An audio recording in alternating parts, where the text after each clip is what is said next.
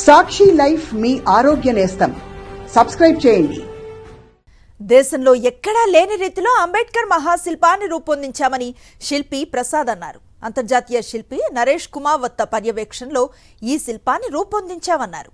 ఇది భవిష్యత్తులో ఓ అద్భుతమైన పర్యాటక కేంద్రంగా అవతరించబోతోందంటున్న శిల్పి ప్రసాద్తో మా ప్రతినిధి సతీష్ ఫేస్ టు ఫేస్.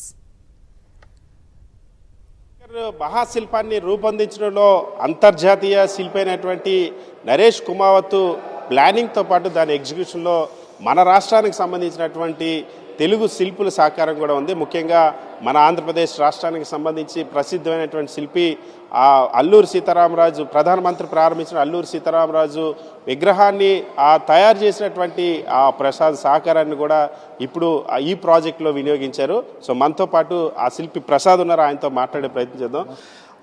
ఈ విగ్రహానికి ఎక్కువ ప్రఖ్యాతి గాంచిన పెద్ద విగ్రహాలు చేసిన దాంట్లో స్పెషలిస్ట్ అయినటువంటి మాథురామ్ ఆర్ట్స్ నరేష్ కుమావత్ గారికి ఈ టెండర్లో వచ్చిన వర్క్ ఆయనకి ఇవ్వడం జరిగింది. ఆయన అంతర్జాతీయ శిల్పి, ఎన్నో కొన్ని అబ్రాడ్ 80 కంట్రీస్లో ఆయన విగ్రహాలు తయారు చేస్తున్నారు. అనిల్ గారు రిక్వెస్ట్ చేయడం వల్ల నరేష్ కుమావత్ గారు నాకు ఈ అవకాశం కల్పించారు. ఇంత అద్భుతమైనటువంటి కట్టడంలో నన్ను భాగస్వామ్యం చేసినందుకు నరేష్ కుమావత్ గారికి ధన్యవాదాలు తెలియజేసుకుంటున్నాను.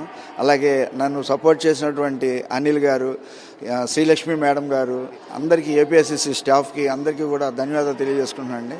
ఇంత అద్భుతమైన కట్టడంలో నేను కూడా భాగమైనందుకు చాలా గర్వంగా ఉన్నానండి. మనం ఉంటే అమ్మవారి టెంపుల్ ఒకటే ఫేమస్ అని చెప్పి అనుకున్నాం. ఇప్పుడు అమ్మవారి టెంపుల్తో పాటు ఇది కూడా చాలా ప్రాచుర్యం చెంది టూరిజం దాంట్లో బాగా గొప్పగా పేరు వస్తుందని నేను ఆశిస్తున్నాను. ఈ శిల్పానికి సంబంధించినటువంటి ప్రత్యేకతలు ఏంటి? ఇతర రాష్ట్రాల్లో ఉన్నటువంటి అంబేద్కర్ స్టాట్యూస్ కానీ వాటికి దీనికి ఉన్నటువంటి వేరియేషన్ ఏంటి? ఈ ప్రాజెక్ట్ని ఎందుకు ఈ రూపంలోకి తీసుకురావాలని అనుకున్నారు? డిజైన్స్లో ఎలా ఉంది, ఇప్పుడు ఎలా ఉంది? ఇప్పుడు నరేష్ కావత్ గారు కొన్ని మోడల్స్ చేశారండి. యాక్చువల్గా ఈ అంబేద్కర్ స్టాచ్యూలో ఫస్ట్ మెయిన్ ప్రాబ్లం వల్ల కూడా కిస్తా పార్ట్ అంటారండి, 2 లెగ్స్కి సెంటర్ పార్ట్.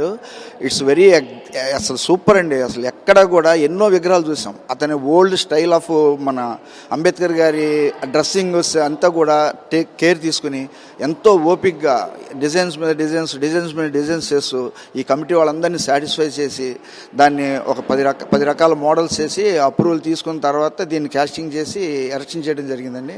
నాకు తెలిసి మీరు ఆ బ్యారేజ్ మీద చూస్తే అసలు విగ్రహం చూస్తుంటే అసలు 2 కళ్ళు చాలట్లేదు, ఎంతో అద్భుతంగా కనబడుతుంది. ఆ హైవే మీద వెళ్ళే వాళ్ళందరికీ కూడా ఇక్కడ విజయవాడ నడిబొడ్డులో ఉన్నటువంటి విగ్రహాన్ని ఆ ప్రకాశం బ్యారేజ్ మీద చూస్తుంటే చాలా అద్భుతంగా అనిపిస్తుందండి. ప్రతి ఒక్కళ్ళు కూడా వావ్ అంటున్నారు. ఎంతో వాల్యుబుల్ సైట్లో ఇంత గొప్ప మాన్యుమెంట్ నిర్మించడం అనేది hats off to our CM గారు అండి. ఎంతోమంది అనుకున్నారు ఇంత పెద్ద కాస్ట్లీ స్థలంలో విగ్రహం పెడుతున్నారని. లోపలికి వచ్చి చూసిన తర్వాత, ఇనాగ్రేషన్ అయిన తర్వాత అందరూ కూడా అప్రిషియేట్ చేస్తారు. వాళ్ళు అన్నటువంటి బాధపడినటువంటి ఇంత కాస్ట్లీ రేటు వచ్చినటువంటి సైట్ని పాడు చేశారని చెప్పేసి అంటున్నారు. కాదండి, చాలా అద్భుతమైన కట్టడం కట్టారు. ఈ ప్రాజెక్ట్ చేయటం వల్ల నాకు 108 అడుగుల మంత్రాలయం రాఘవేంద్ర స్వామి మఠం వారు 108 అడుగుల పంచలోహ విగ్రహం రాముల వారి ఆర్డర్ ఇవ్వడం జరిగింది. అది ఆల్రెడీ స్టార్ట్ చేసామండి. అది 1 ఇయర్లో ఆ ప్రాజెక్ట్ కూడా పూర్తి చేస్తాం. నాకు ఈ అవకాశం ఇచ్చిన అందరికీ కూడా ధన్యవాదాలు తెలియజేసుకుంటున్నాను. ఖచ్చితంగా అంబేద్కర్ మాన్యుమెంట్లో ఒక అద్భుతంగా తీర్చిదిద్దాం. రేపటి నుండి దీన్ని సందర్శించే ప్రతి ఒక్కరు కూడా అంబేద్కర్ జీవిత లైఫ్ హిస్టరీని తెలుసుకోబోతూ ఉన్నారు. తెలుసుకున్న తర్వాత ఒక అద్భుతమైన ఎక్స్పీరియన్స్తో బయటకు వెళ్తారని చెప్తా ఉన్నారు. నరేష్ కుమావత్తో పాటు పనిచేసే అవకాశం రావడం, ఆంధ్రప్రదేశ్ రాష్ట్ర ప్రభుత్వం అవకాశాన్ని ఇవ్వడం నిజంగానే నా జీవితంలో ఒక అత్యుత్తమైంది.